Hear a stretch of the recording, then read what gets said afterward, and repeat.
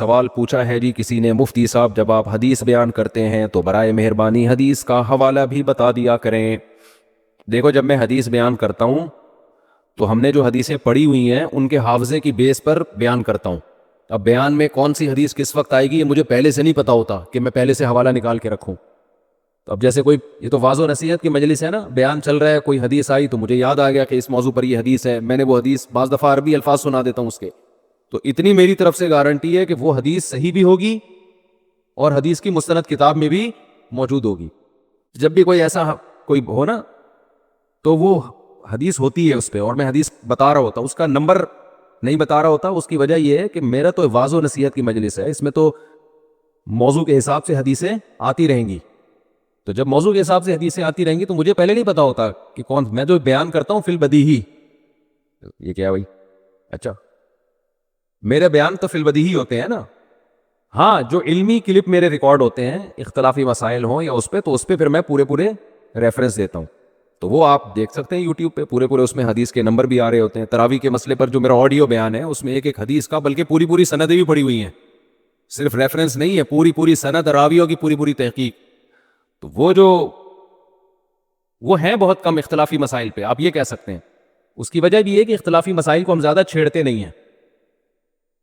چھیڑتے اس لیے نہیں ہیں کہ جتنا ان کو چھیڑو نا، یہ ایک مولانا نے بڑی پیاری مثال دی ہے کہ یہ جو آج کل لوگ کہہ رہے ہیں نا فرقواریت ختم کر رہے ہیں، ان کی مثال بالکل ایسے ہے جیسے ایک آدمی کو شکایت پہنچی کسی کی کہ وہ گالیاں بہت دیتا ہے، اس کو بلا کے کسی نے پوچھا یار میں نے تمہارے بارے میں سنا ہے کہ تم گالیاں بہت دیتے ہو، اس نے کہا کس بغیرت نے کہا کہ میں گالیاں دیتا ہوں، کس الو کے پٹھے نے کہا کہ میں گالیاں، پھر جو فحش گالیاں شروع کی، اور پھر کہہ رہا ہے کہ جس بغیرت نے بھی یہ کہا ہے میں گالیاں دیتا ہوں، خدا کی قسم اس الو کے پٹھے نے غلط کہا ہے۔ تو یہ جو آج کل نئے اسکالرز آ رہے ہیں نا فرقواریت ختم کرنے کے لیے، یہ بالکل یہ کام کر رہے ہیں کہ آپ کے ایٹیٹیوڈ سے پتہ چلتا ہے کہ آپ فرقواریت کو کم کرنے کے بجائے اور زیادہ آگ لگا رہے ہیں، اور دعویٰ یہ ہوتا ہے ہم سب کو قرآن حدیث پہ جمع کر رہے ہیں۔ آپ قرآن حدیث پہ جمع نہیں کر رہے، قرآن حدیث پہ جو آپ کی اپنی رائے ہے نا وہ پوری امت پہ تھوپ رہے ہو آپ، اس تھوپنے کو آپ کہہ رہے ہو یہ قرآن حدیث پہ امت جمع ہو رہی ہے۔ اور بار بار میں ایک بات کہوں، جس کم وقت کا یوٹیوب پہ مذہبی چینل نہیں چلتا نا وہ مولویوں کو گالیاں دینا شروع کر دیتا ہے، پھر ہٹ ہوتا ہے وہ، یہ مولوی ایسے کرتے ہیں، یہ مولوی ایسے، تو یہ مولوی ایسے، تو یہ مولوی ایسے، تو یہ مولویوں کو نہیں پتا، میں بتاؤں گا آپ کو، تو لوگ کہتے ہیں یار یہ ہے کوئی بندہ آیا مارکیٹ میں۔ یہ منجن بیچنے کا سب سے سستا اور سب سے بہترین طریقہ ہے۔ بھائی سارے مولوی ٹھیک نہیں ہے، ہمیں پہلے ساری دنیا کو پتا ہے، سارے تو کہیں بھی ٹھیک نہیں ہوتے نا، تو یہ کیا بات ہے مولوی ایسے تو مولوی ایسے تو مولوی ایسے۔ ابھی ایک محترم نے ایک کلپ ریکارڈ کروایا ڈراپ شپنگ کے حوالے سے کہ ڈراپ شپنگ اسلام میں جائز ہے، یہ مولویوں نے غلط گائیڈ کیا ہوا ہے۔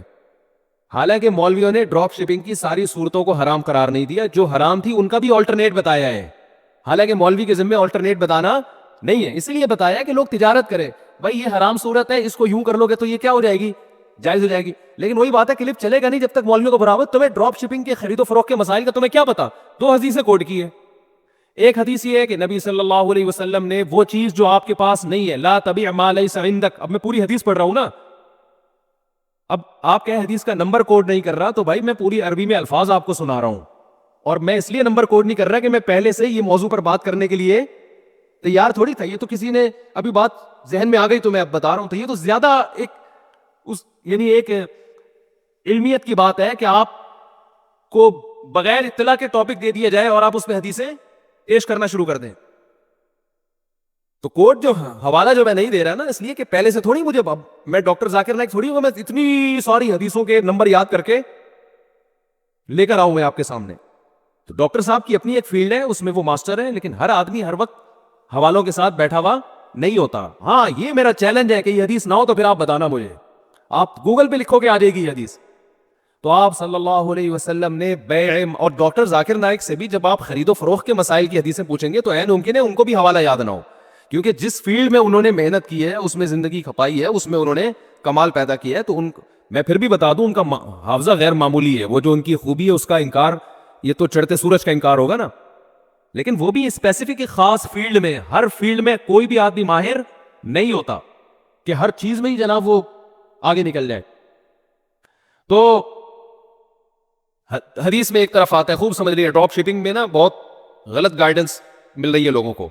حدیث میں آتا ہے کہ ان صاحب نے کہا کہ حدیث میں آتا ہے کہ بھئی جو چیز تمہارے پاس نہیں ہے اسے مت بیچو. میں اس کے عربی الفاظ سنا رہا ہوں, لا تبع ما لیس عندک, جو چیز آپ کے پاس نہیں ہے آپ اس کو آگے نہیں بیچ سکتے. ڈراپ شپنگ میں بسا اوقات ایسا ہو رہا ہے کہ ایک چیز آپ نے خریدی نہیں اور آپ بیچ رہے ہیں اس کو. اس بیس پہ علماء کہتے ہیں ڈراپ شپنگ میں یہ والی خرید و فروخت, یہ نہیں کہ ڈراپ شپنگ ہی حرام ہے, ڈراپ شپنگ میں اگر خرید و فروخت کا یہ طریقہ ہوگا تو یہ جائز نہیں ہے. اب ان محترم نے کلپ بنا دیا کہ یہ مولوی یہ والی حدیث گویا شو یہ کیا کہ یہ بتا رہے ہیں, دوسری والی نہیں بتا رہے. دوسری حدیث جس میں آتا ہے کہ ایک صحابی نے عرض کیا, پورے میں مفہوم اپنے الفاظ میں حدیث کا بیان کر رہا ہوں, کہ بیع سلم کہتے ہیں اس خرید و فروخت کو, کہ ایک چیز مارکیٹ میں ہے نہیں, تو صحابہ نے عرض کیا کہ یا رسول اللہ ہمیں ظاہر ہے ہمیں فصل اگانی ہے, تو ہمارے پاس تو ہمیں ایڈوانس میں پیسہ چاہیے ہوتا ہے, بعد میں فصل اگے گی تو ہم اس کو بیچیں گے. تو آپ صلی اللہ علیہ وسلم نے 6 شرطوں کے ساتھ اس کی اجازت دی کہ ایک چیز آپ کے پاس نہیں ہے. میں اس کو عام مثالوں سے سمجھاتا ہوں. دیکھو ایک